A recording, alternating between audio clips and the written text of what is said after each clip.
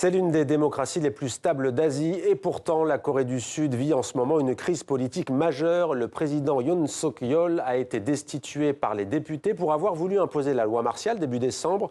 Alors quelles sont les raisons de ces troubles? Quels sont les dessous de cette tempête politique? Avec nous pour en parler, Patrick Morus, bonsoir. Bonsoir. Soyez le bienvenu sur TV5 Monde. Vous êtes l'auteur du livre Les Trois Corées aux éditions Maisonneuve et La Rose, professeur émérite de langue et de littérature coréenne à l'INALCO, l'Institut national des langues et civilisations orientale en France, et vous enseignez, je le précise, à Pyongyang, en Corée du Nord. La première question, elle est simple, je disais, pays relativement stable en Asie, c'est souvent comme ça qu'il est loué. Est-ce que vous avez été surpris par l'ampleur de cette crise politique ? Au risque de faire le malin, et je vais vous répondre que non. Non, je n'ai pas été surpris, j'ai même trouvé que ça tardait un petit peu, dans la mesure où, d'une part, la Corée a une histoire heurtée avec ses présidents. Rappelez que sur 13 présidents, il y en a 10 qui ont mal fini, voire même très mal fini. Ça fait une grosse proportion quand même. Quand vous dites très mal fini, c'est-à-dire tué? Liquidé, suicidé, condamné à mort, exilé, toutes choses qu'on ne s'attend pas à faire quand on est élu président, j'imagine. Je ne l'ai jamais été. Vous n'avez pas été surpris par la destitution, mais en revanche, c'était un peu la circonspection le 3 décembre. Pourquoi ce président, Yoon Suk-yeol, a-t-il décidé d'imposer la loi martiale? Alors ça a fait pchit, c'est le cas de le dire. Pourquoi fait-il cela? C'était confus, il parlait de la Corée du Nord, de menaces extérieures, de forces anti-étatiques. On a tous pensé qu'il avait trop bu. Communistes, il y avait vraiment, on se demandait s'il n'a pas perdu la raison. Alors d'un côté, il y a pourquoi un tel choc et pourquoi la loi martiale. Le vrai choc, c'est la loi martiale dans la mesure où s'il y a une expression que les Coréens ne veulent plus entendre et qui a martyrisé leur histoire, ce sont bien des successions de lois martiales. Donc prendre ce moyen-là pour reprendre le pouvoir qu'il était en train de perdre, c'était vraiment une démarche désespérée. On ne peut plus justifier, y compris devant son propre public et ses propres députés. C'est justement ça le problème.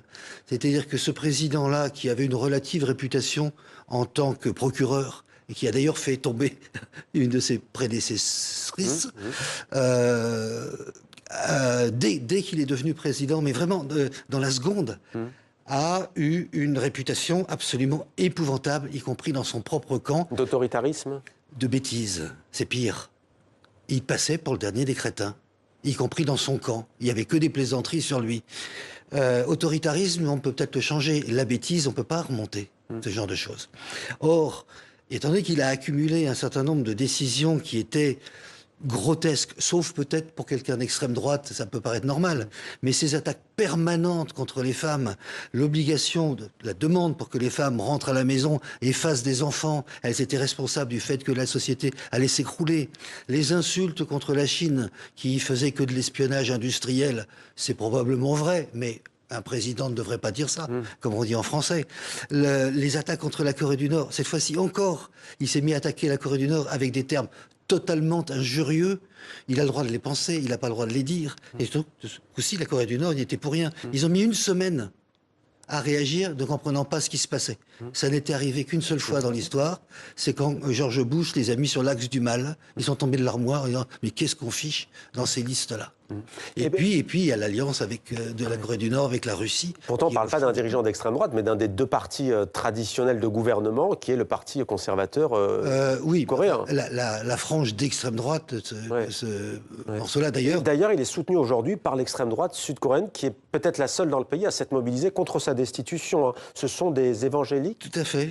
Il y a ça aussi. Oui, il y a beaucoup d'extrême droite parmi certains groupes religieux, et puis il y a l'extrême droite de type militaire ou militaire laïque, militaire entré dans le civil, qui eux n'ont jamais tenté quoi que ce soit du genre de lien avec la Corée du Nord. Alors la Cour constitutionnelle commence à partir d'aujourd'hui à examiner cette destitution. Oui ou non, sera-t-elle validée? Elle a 6 mois pour le faire, ça va sans doute aller beaucoup plus vite. En attendant, c'est le Premier ministre Han Duk-seok qui assure l'intérim. L'autre information ces dernières heures, c'est quand même la démission du chef du parti de ce président. Parce que je crois que c'est ça la question de fond, c'est-à-dire que notre cher président pose des problèmes à sa propre majorité. Qu'il cherche des noises à l'opposition, j'allais dire, il est là pour ça, et inversement. C'est classique. Mais il a énormément déçu, parce qu'on n'a pas encore parlé d'un des pouvoirs très importants en Corée du Nord, c'est le pouvoir des chaebols, du Sud, pardon. Le pouvoir des chaebols, le pouvoir des multinationales, le pouvoir financier, les conglomérats, qui sont d'un grand calme en ce moment et qui, depuis des années, pas seulement avec ce président-là, aussi avec les précédents, mais surtout avec lui, en ont totalement assez de cette politique de confrontation permanente avec la Corée du Nord, d'autant que la Corée du Nord est devenue beaucoup plus méchante depuis son 8e congrès. C'est-à-dire que ça s'est accentué des deux côtés. Or, ces grandes entreprises qui savent très bien qu'elles ont des concurrences avec tous les autres petits dragons dans la région, les Japonais avant eux, et puis derrière les Chinois, et puis les Viet, et puis les Vietnamiens, ils savent très très bien qu'ils ont des concurrents partout, et ils ont sous le nez un gâteau extraordinaire qui est la Corée du Nord. La moitié de leur propre pays, des gens qui parlent leur langue et des gens qui sont techniquement assez forts. C'est la poule aux œufs d'or. On se réconcilie avec eux, on discute pas de politique, on fait des échanges économiques et on sera tous gagnants. Voilà ce que les grands patrons répètent depuis longtemps. Les grands patrons, ils sont pas du côté de l'extrême droite. Pas du tout, du tout, du tout, du tout. Depuis une dizaine d'années. Et cette fois-ci, ce président lunatique en a remis une couche, s'est réattaqué à la Corée du Nord, s'attaque à la Chine, va finir par les fâcher avec les Russes aussi, sous prétexte de l'alliance entre la Corée du Nord et les Russes. Et ça, c'est plus possible pour tous les Coréens qui travaillent. Où il en est il a été destitué, mais il est libre pour l'instant. Il est encore... tout à l'heure, il l'était encore. Ouais. Mais il faut d'abord que ça passe par la Cour constitutionnelle avant de l'arrêter. Et que va-t-il se passer maintenant? Est-ce qu'il va y avoir des élections législatives anticipées? Est-ce que le chef de l'opposition a une carte à jouer?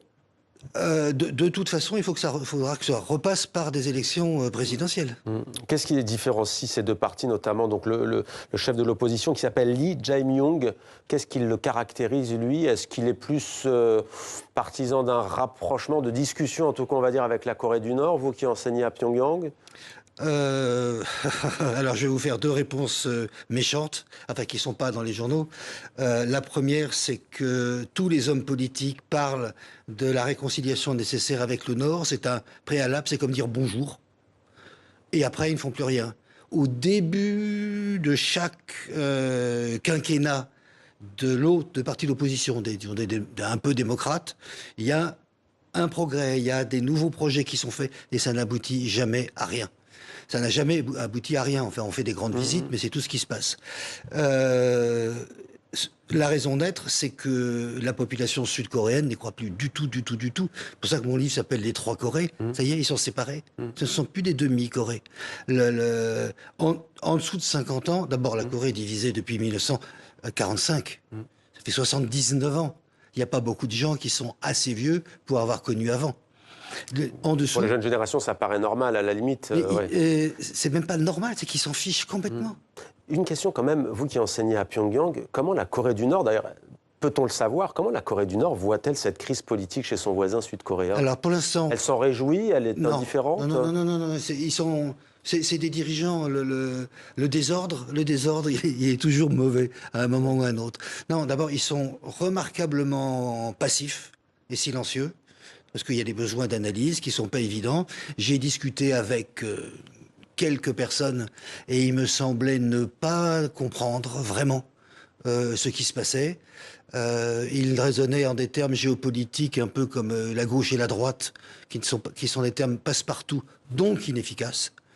Et puis surtout, de l'autre côté, ils ont leur propre politique. Le bond en avant de leur politique avec la Russie, c'est un coup... Je parle de leur côté, c'est un coup extraordinaire qui a fait taire les Chinois par la même occasion et qui leur permet de s'orienter vers leurs propres problèmes. Depuis le 8e congrès, leur dernier congrès, ils se sont repliés sur eux-mêmes. Ils avaient fait des gros efforts d'ouverture au 7e congrès, autonomie de tout le monde, et le résultat, c'est que leur dernier plan quinquennal, Dixit, le grand leader, a raté dans tous les domaines. Je le cite, dans tous les domaines. Les objectifs n'ont pas été atteints. Donc il fallait une reprise entière. La reprise politique n'est pas très agréable, parce qu'elle est inutile. Et surtout, elle ne donne pas de perspective aux gens. C'est-à-dire, un jeune Nord-Coréen qui rentre dans une entreprise aujourd'hui, je ne suis pas sûr qu'il sait très bien pourquoi il travaille. Merci beaucoup Patrick Morus pour votre éclairage donc sur la crise sud-coréenne et puis donc sur cette ouverture s'agissant du voisin nord-coréen, les trois Corées. Donc c'est le titre de votre livre. Merci à vous d'être venu sur notre plateau.